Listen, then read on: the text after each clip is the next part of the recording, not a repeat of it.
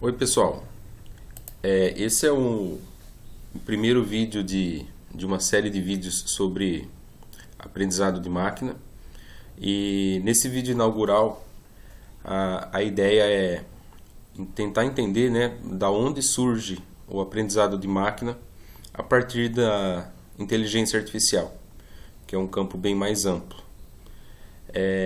Nesse vídeo também eu vou tentar mostrar até o fim dele, como que se dá o aprendizado de máquina a partir de uma base bem elementar que acontece em cima da ideia de aprendizado indutivo. A inteligência artificial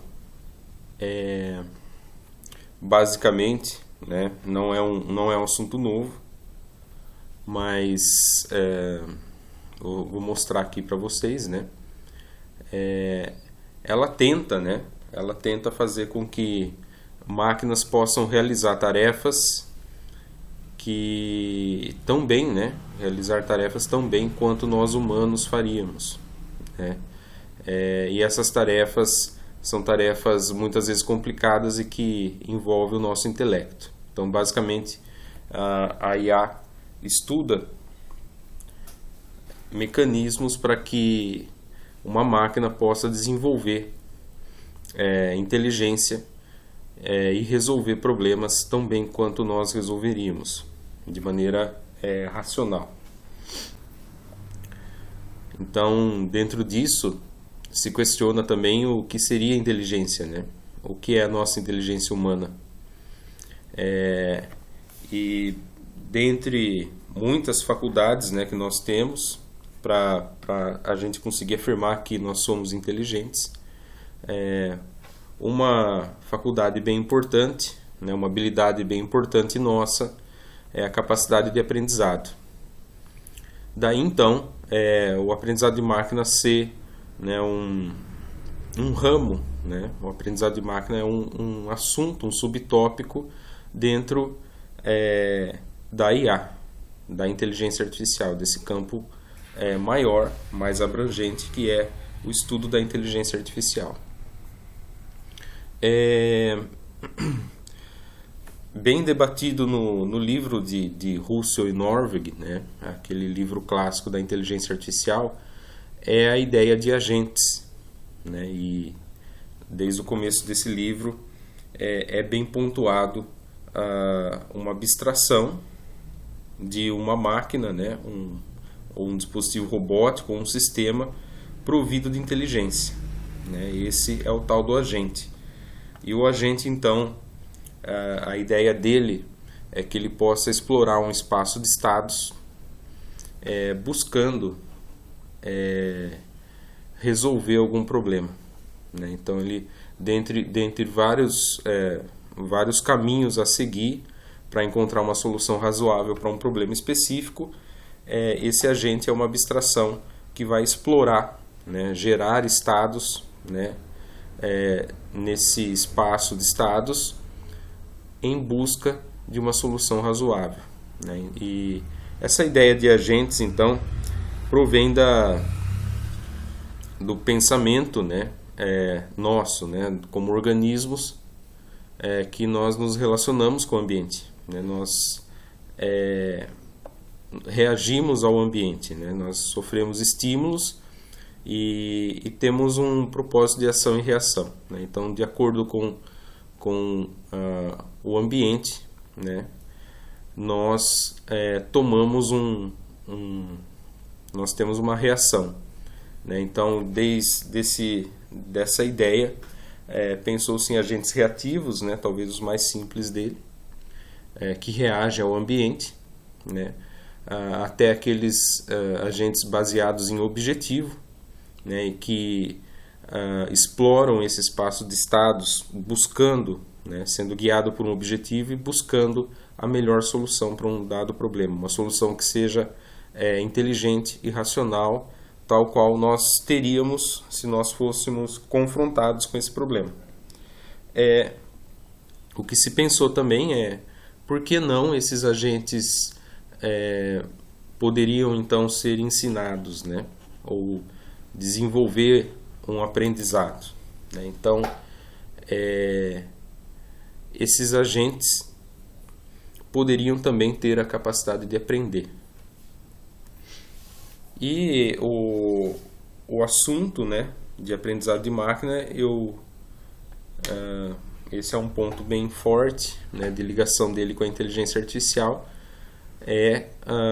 no momento em que então se pensa que os agentes poderiam ser aptos a aprender com o tempo e que eles poderiam receber informação de um crítico.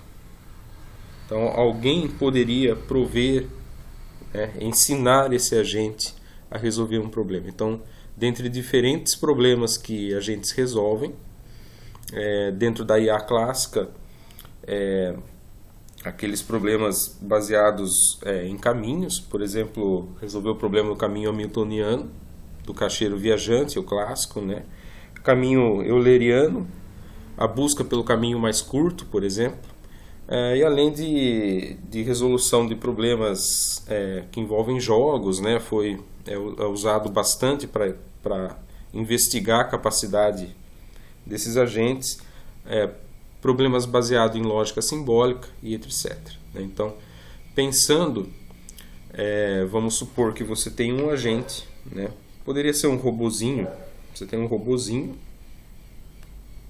e esse robozinho vai investigar um labirinto para encontrar a saída dele, por exemplo. Vamos imaginar que ele queira o caminho mais curto.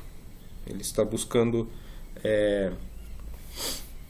encontrar o caminho mais curto até a saída do labirinto. Tá?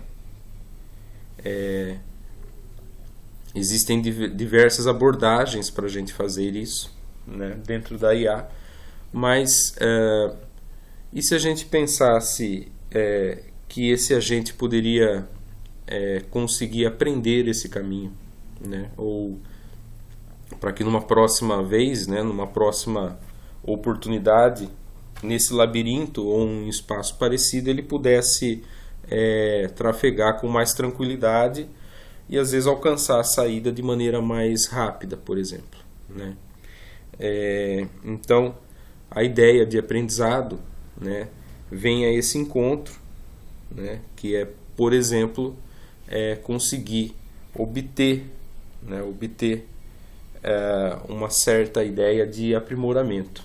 Então, o objetivo desse aprendizado é que esse agente possa se aprimorar cada vez mais.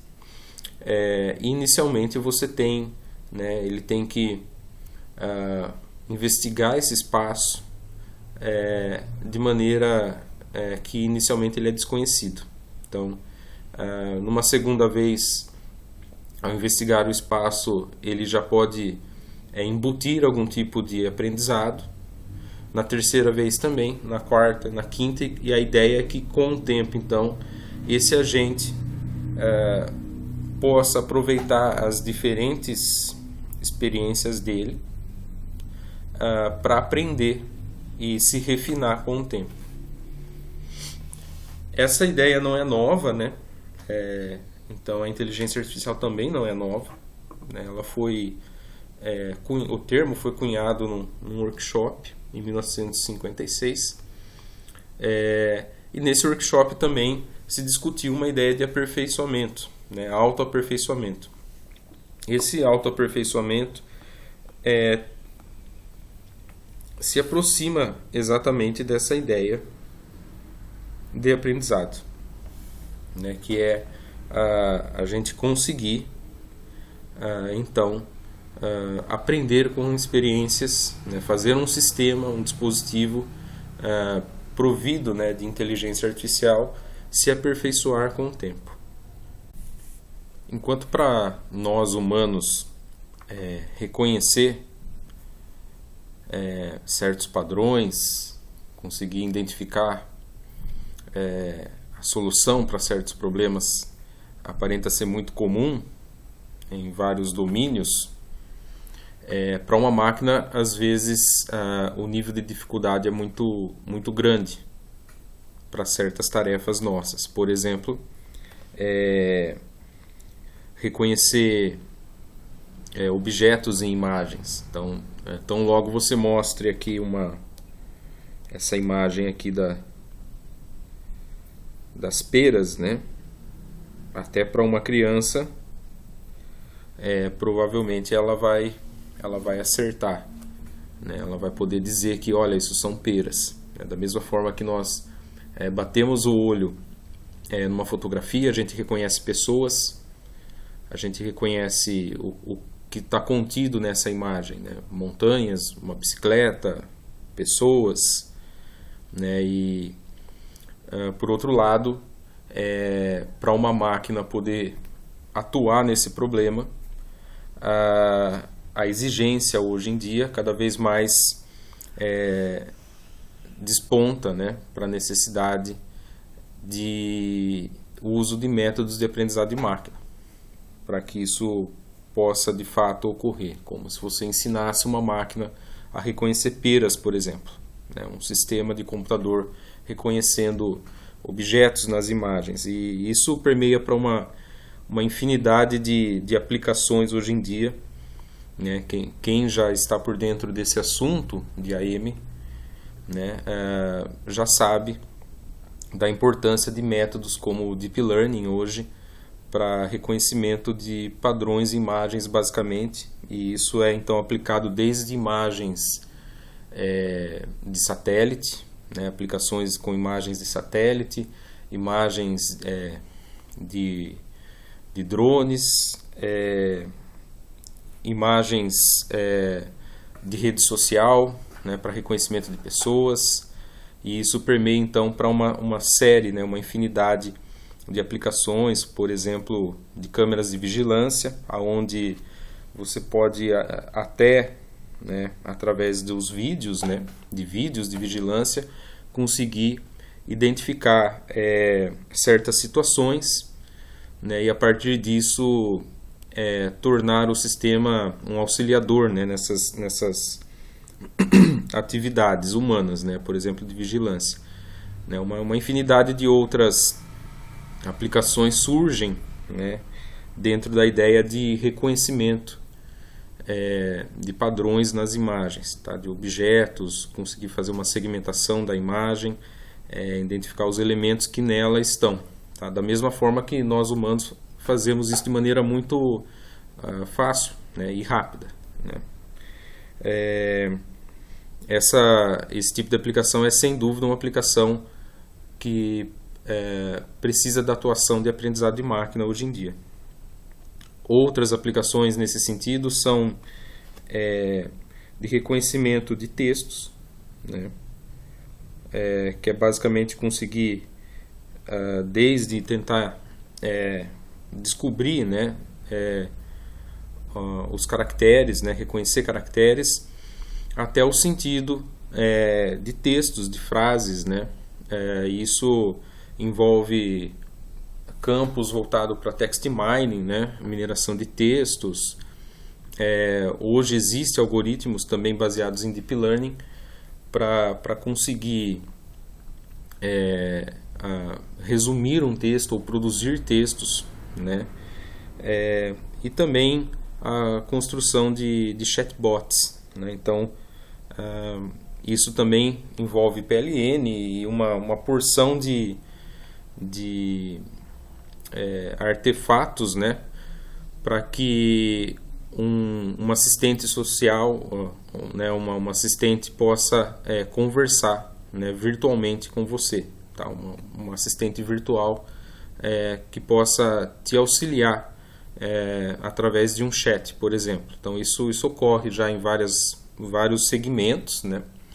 Um segmento importante também que passa por essa transformação dentro de análise de textos, né? O reconhecimento de textos, a parte jurídica, né? Então o setor jurídico hoje passa por uma transformação nisso, né? E depende de reconhecimento, a interpretação desse texto como auxiliador, né? Em diferentes etapas da área jurídica, né? Outra aplicação interessante é aquela voltada para análise de sinais. Então, basicamente análise de sinais de vibração, tá? Pode ser uma vibração acústica ou basicamente sinais sonoros, em que você pode usar aprendizado de máquina para conseguir interpretar esses sinais, né? E determinar, por exemplo, defeitos em máquinas através da vibração da máquina, vazamentos, né, em redes. Você pode também usar o aprendizado de máquina nesse sentido para reconhecer fala, né? E diversas outras aplicações, tá? Uma aplicação, né, assim, singela que eu coloquei aqui apenas para ver até onde vai a gama de opções que você pode aplicar isso, é um app de celular para reconhecimento da espécie de um pássaro a partir do som, né? Você grava com o app do celular, você grava, né, o som desse pássaro, né, cantando, piando, né, na natureza, e ele consegue então interpretar esse sinal, né, e traduzi-lo para assim determinar qual é a espécie desse pássaro, tá? Deixa o link aqui, depois eu vou colocar esse link disponível desse projeto, tá? Então, esses são algumas das atividades humanas que são feitas e dependem de grande intelecto, né? Por exemplo, o pássaro aí, né? Reconhecer esse pássaro envolve até uma questão de experiência humana, né? Ou de alguém habilitado para isso, né? Alguém da área da ecologia, algum estudioso de pássaros para conseguir determinar a espécie, né? Então, isso tem tudo a ver com inteligência artificial, que é basicamente imitar o nosso intelecto, né? A nossa experiência, né? O nosso conhecimento, até tácito, para conseguir determinar, resolver esses problemas tão bem quanto nós faríamos, né? Já falei sobre isso. E além disso tem essas são alguns dos exemplos, né? Mas quem procurar ou quem já está por dentro desse assunto de aprendizado de máquina sabe que hoje ela aparece, né? O aprendizado de máquina aparece em muitos ramos da ciência humana, nas mais diferentes aplicações, né? Tudo aquilo que você pode tentar automatizar, tudo aquilo que é do intelecto nosso, né? E que de repente a gente pode tentar automatizar para que seja feito de maneira autônoma, a gente pode tentar envolver as técnicas de aprendizado de máquina.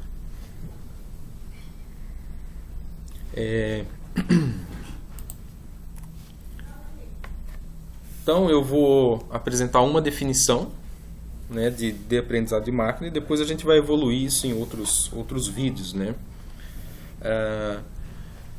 Veja que essa definição não é nova, de 1965, de Nilsson, e ela diz que uma máquina de aprendizado definida de maneira ampla, né, é qualquer dispositivo cujas ações são influenciadas por experiências anteriores, né? E ora, nós somos assim, né? Então nós aprendemos a partir de nossas experiências, né? Então, por exemplo,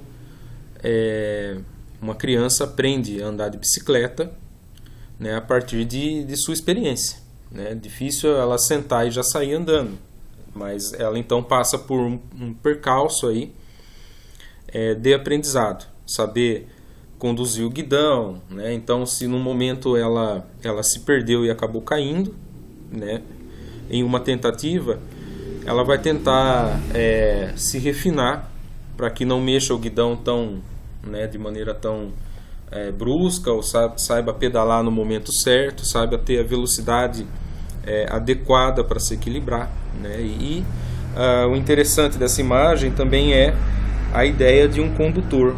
Então, da maneira que eu havia falado, né, dos agentes, da inteligência artificial, você tem um crítico, você tem um professor, né, um instrutor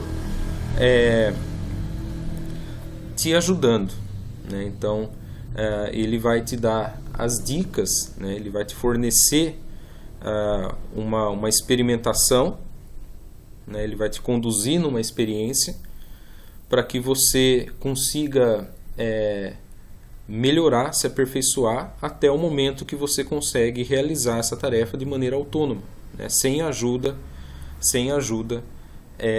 desse professor, ok? E assim, por exemplo, nessa imagem aí, é assim que acontece com todos nós, né? Que nós aprendemos a andar de bicicleta muito cedo, normalmente, e depois a gente não precisa mais de invocar ninguém, né, para ajudar. A gente senta e sai andando normalmente, né? Então, esse é um bom paralelo sobre como nós poderíamos ensinar uma máquina, beleza? Bom, a questão agora é como que nós conseguiríamos, né, embutir uma experiência, né, tal qual de aprender se nós faríamos, né, aprender a ler, aprender a andar de bicicleta, aprender a resolver um problema matemático, por exemplo, como nós conseguiríamos tentar embutir essa experiência em um sistema, né, um sistema de computador, um sistema inteligente. Essa ideia, né, permeia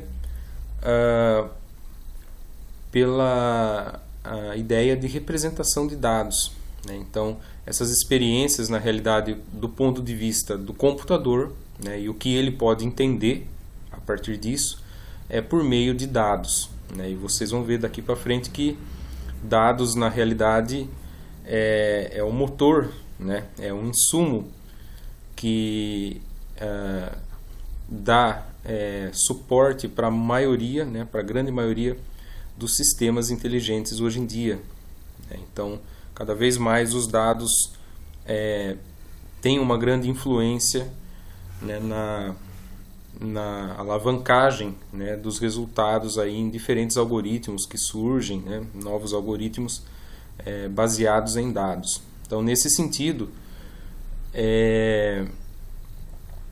a experiência é embutida, então, em um agente, em um sistema, em uma máquina, através de dados, né? Então, vamos pensar que nós vamos fornecer, né, para esse sistema exemplos, né, para que ele consiga ter uma ideia de experiência, né? Exemplos. Vamos focar na ideia também da gente tentar explicar para uma máquina, né, para um sistema, como reconhecer, por exemplo, as peras em uma imagem. Como eu reconheço peras numa imagem? É uma fruta. Como que eu poderia fazer isso? Ou como que eu consigo distinguir, né, peras de outras frutas, né? Então, nós precisamos primeiro fornecer para esse sistema exemplos do que são peras. Esses exemplos, né, eles podem ser vistos, né, a partir de uma certa medição, né? Então, conforme eu já falei, a máquina ela vai entender a experiência como sendo dados ou basicamente números, né? Números que têm algum tipo de significado, né? Então, vamos pensar que esses exemplos, para a gente tentar distinguir frutas, distinguir uma pera, por exemplo, é fornecido tendo como base uma medição. E essa medição poderia, aqui é chamada de característica, né? Ou em inglês feature, né? E aí a gente pode pensar então que uma característica interessante para distinguir peras poderia ser a quantidade de vermelho que existe na fruta, né, ou na imagem, né? Então, pensando numa imagem comum, RGB, você poderia ter uma característica, uma feature, que seria a quantidade de vermelho, né? E se a gente pensar nessa característica X1, estou chamando ela de X1, aqui, se eu focar na ideia de tentar distinguir peras de maçãs, por exemplo, né, a quantidade de vermelho parece ser uma característica interessante, né? Então, se eu fosse conseguir medir a quantidade de vermelho que existe numa imagem ali da fruta, né, da fruta, provavelmente as peras, né, muito provavelmente as peras teriam no canal, né, de vermelho do RGB, teria uma quantidade muito baixa de vermelho, tá? E já para imagens que contêm maçãs, por exemplo, a quantidade de vermelho seria alta, né? Então você vai ter, para essa medição, o seu X1 tem uma maior quantidade de vermelho, tá? É um valor numérico isso aqui, né? Uma quantidade que, para quando é maçã, né, acaba tendendo a ter um maior valor, e para quando essa característica refere-se a características de exemplos que são peras, a quantidade de vermelho deve ser baixa, ok? Então a gente pode imaginar, já pode até pensar na importância que existe, a gente vai falar mais à frente disso, que existe em determinar quais são as features, as características de interesse para a gente conseguir representar essa experiência, tá? Na base de exemplos. Então, quando a gente tem esses exemplos, a gente precisa pensar quais são as características relevantes para você ajudar a máquina a compreender essa distinção, né? Então, nesse caso aqui, a gente vai pensar daqui para frente em distinguir, então, maçãs de peras, ok? E a quantidade de vermelho na imagem dessas frutas parece ser uma boa característica para tentar distinguir, tá? Ou explicar, ensinar a máquina a distinguir. Além disso, né, nós pensamos que quando nós estamos ensinando alguém, né, a fazer alguma coisa, a gente fornece esse tal exemplo, né, e esse exemplo vem com ele, né, vem agregado a ele uma resposta, né? Então, para diferentes atividades, se você for explicar, por exemplo, a resolver uma equação matemática, você pode fornecer um exemplo dessa equação e resolver e dar a resposta, né? Você fornecer a resposta dessa equação para ensinar, por exemplo, a garotada, né, no ensino fundamental, ensino médio e daí para frente, faculdade, a tentar resolver alguma equação. Você inicialmente pode fornecer exemplos e desenvolver essa equação e fornecer no fim uma resposta, tá? Para que o aluno tenha um parâmetro. E aqui a máquina é a mesma coisa. Nós precisamos inicialmente fornecer esses exemplos do que seriam peras e o que seriam maçãs. E nesse exemplo deve vir agregado então a resposta do que de fato é, né?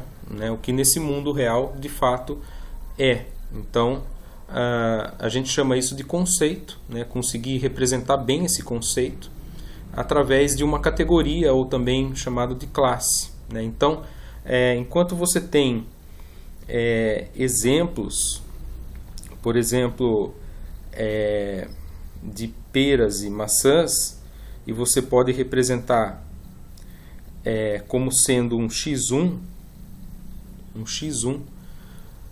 uma medição, né, da quantidade de vermelho para um uma certa fruta, né, você traz agregado também a essa medição x1 um y, que é chamado normalmente de classe.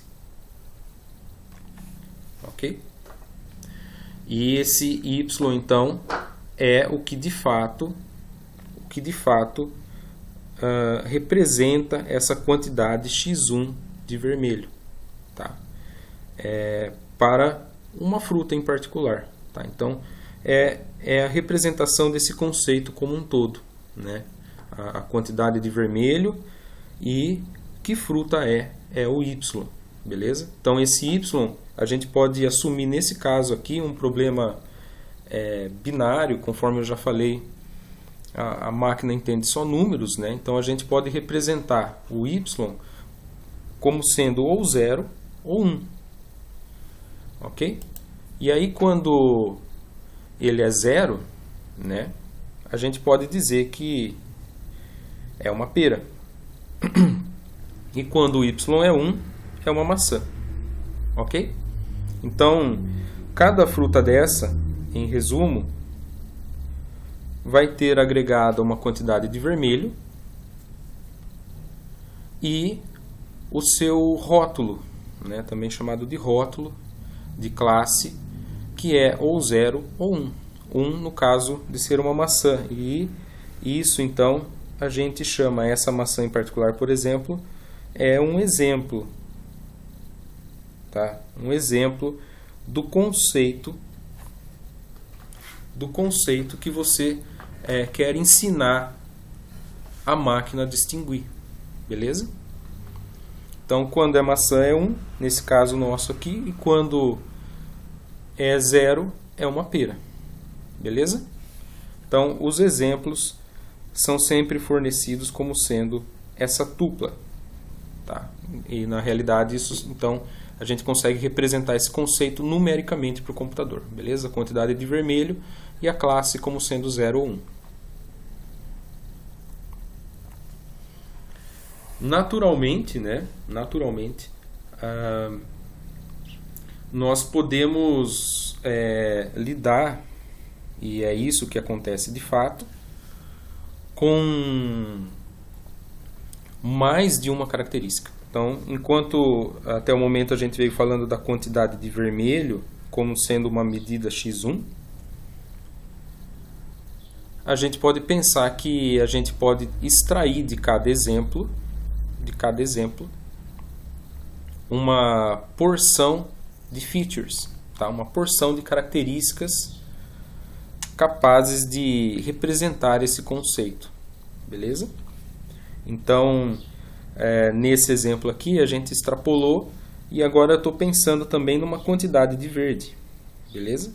Nós temos então mais uma feature aqui, que é a quantidade de verde, beleza? Quantidade de verde. Num caso geral, então, a gente vai assumir que para um exemplo,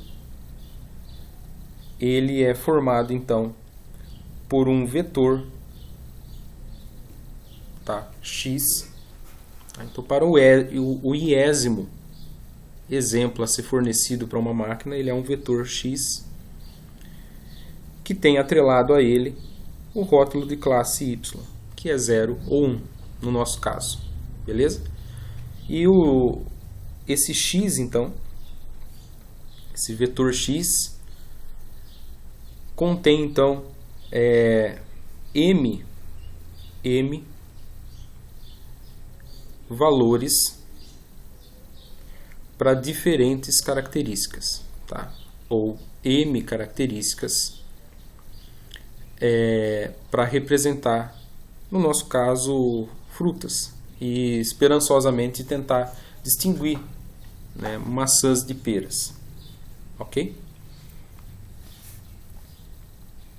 Quando a gente olha para esse espaço, né, formado por x1 e x2, a gente já pode até começar a pensar que essas características acabam fazendo sentido mesmo. Tá? Eu quero tentar mostrar para a máquina, da forma mais clara possível, como distinguir maçãs de pera. Ok? E olhando para essa imagem, eu acredito que vocês já podem pensar que isso de fato pode ser possível enxergando apenas números. Né? Por detrás dessa imagem nós vamos ter apenas vetores, né, numéricos e basicamente números. Né? Então, cada maçã dessa é um exemplo que a gente pode fornecer para a máquina, e cada pera também é. E a gente vai fornecer com suas medições, vai dizer, olha, isso aqui é uma pera, tá? Isso aqui é uma maçã, isso aqui é uma pera, isso aqui é uma maçã, até um dado momento em que essa máquina consiga gerar um modelo, uma ideia, né, capaz de distinguir peras de maçãs.